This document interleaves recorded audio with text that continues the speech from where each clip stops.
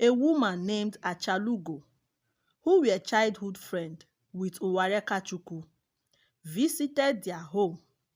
Uwarekachukwu had invited her over and pleaded with her to marry her husband and give him children.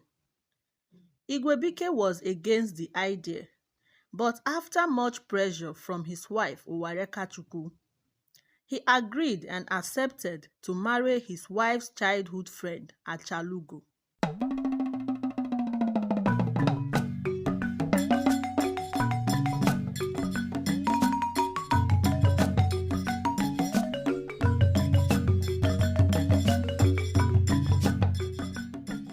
Welcome to Choma's Folktales. Today's story is Igwebike and his mad pregnant wife. Once upon a time, in a village lived two couples named Igwebike and Uwarekachukwu. They lived together in their hut. Igwebike and his wife were happily married couples, and the villagers admired them for their kindness, despite being childless for many years. Igwebike was a successful businessman whose source of wealth was from his livestock business, while his wife Uwarekachukwu was a well-known trader. She deals on farm crops and also helps her husband Igwebike sell some of his livestock every market day. Igwebike and his wife Uwarekachukwu were known in the village by all for their kindness and hard work.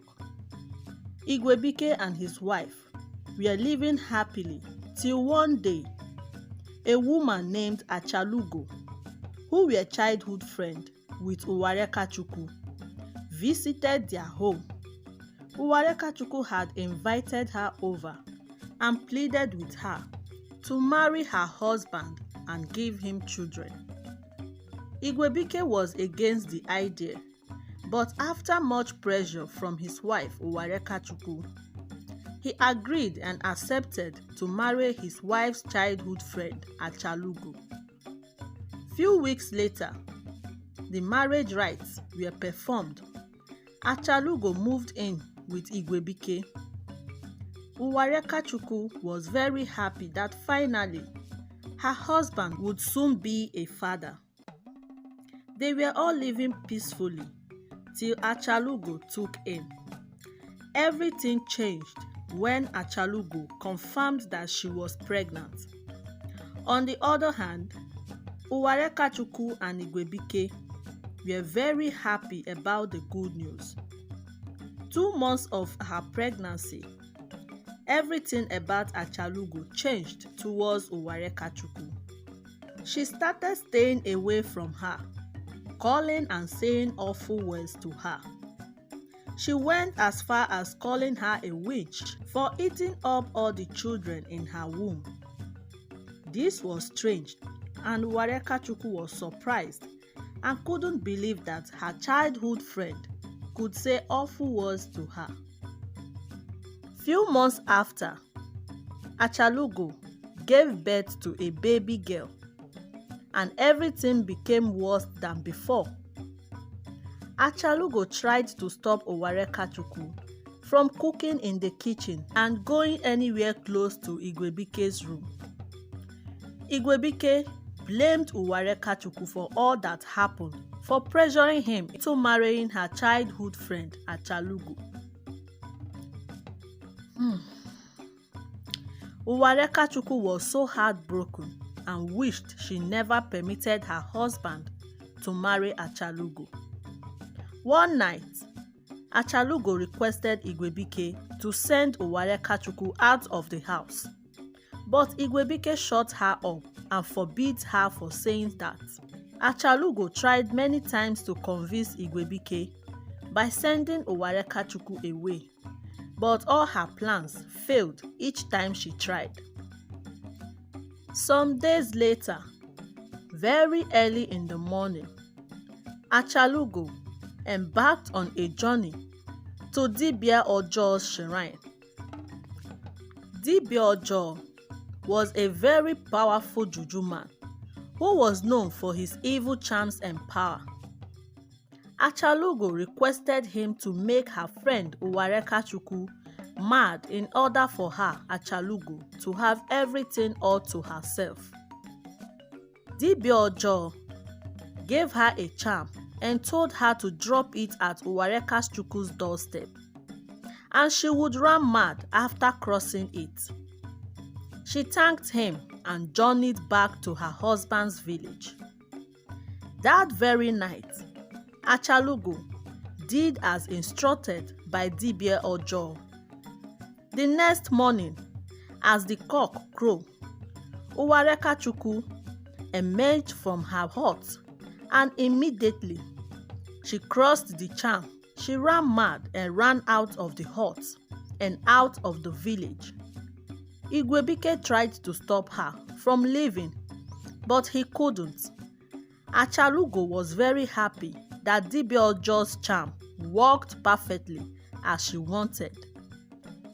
Igwebike searched everywhere for his wife Uwarekachukwu, but she was nowhere to be found. Igwebike cried day and night for his wife to return, but all to no avail.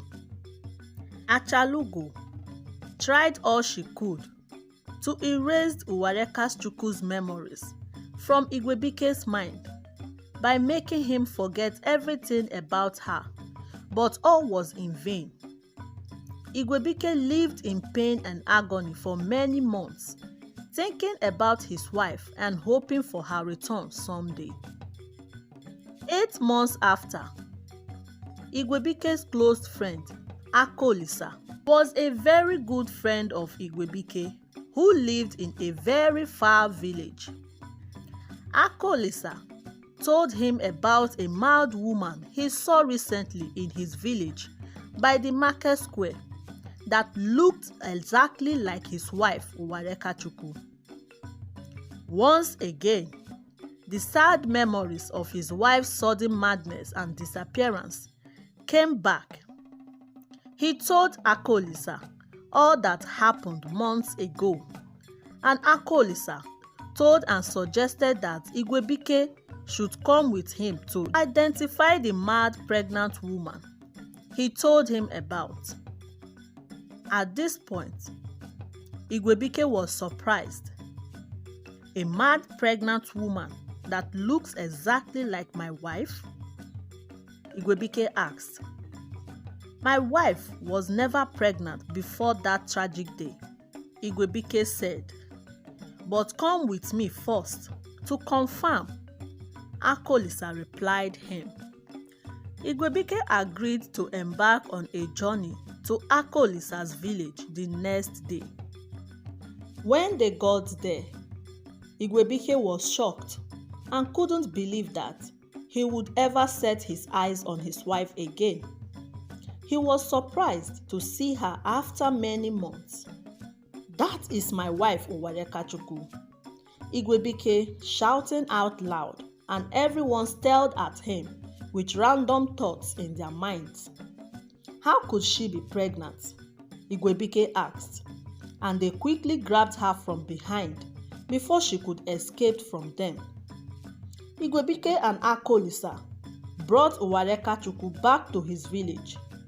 On seeing Uwarekachukwu, Achalugo was worried, scared and surprised to see her back and pregnant. She was trapped in random thoughts, trying to figure out how and who got Uwarekachukwu pregnant. She tried to brainwash Igwebike that Uwarekachukwu was pregnant and carrying another man's child. He forbid her once again of her awful words against Uwarekachukwu and walked her out of his room. Thanks for watching. Please subscribe for the final part. Like, share and comment below. It helps us to grow more. And don't forget to let us know where you're watching us from. See you soon in our next story. Bye.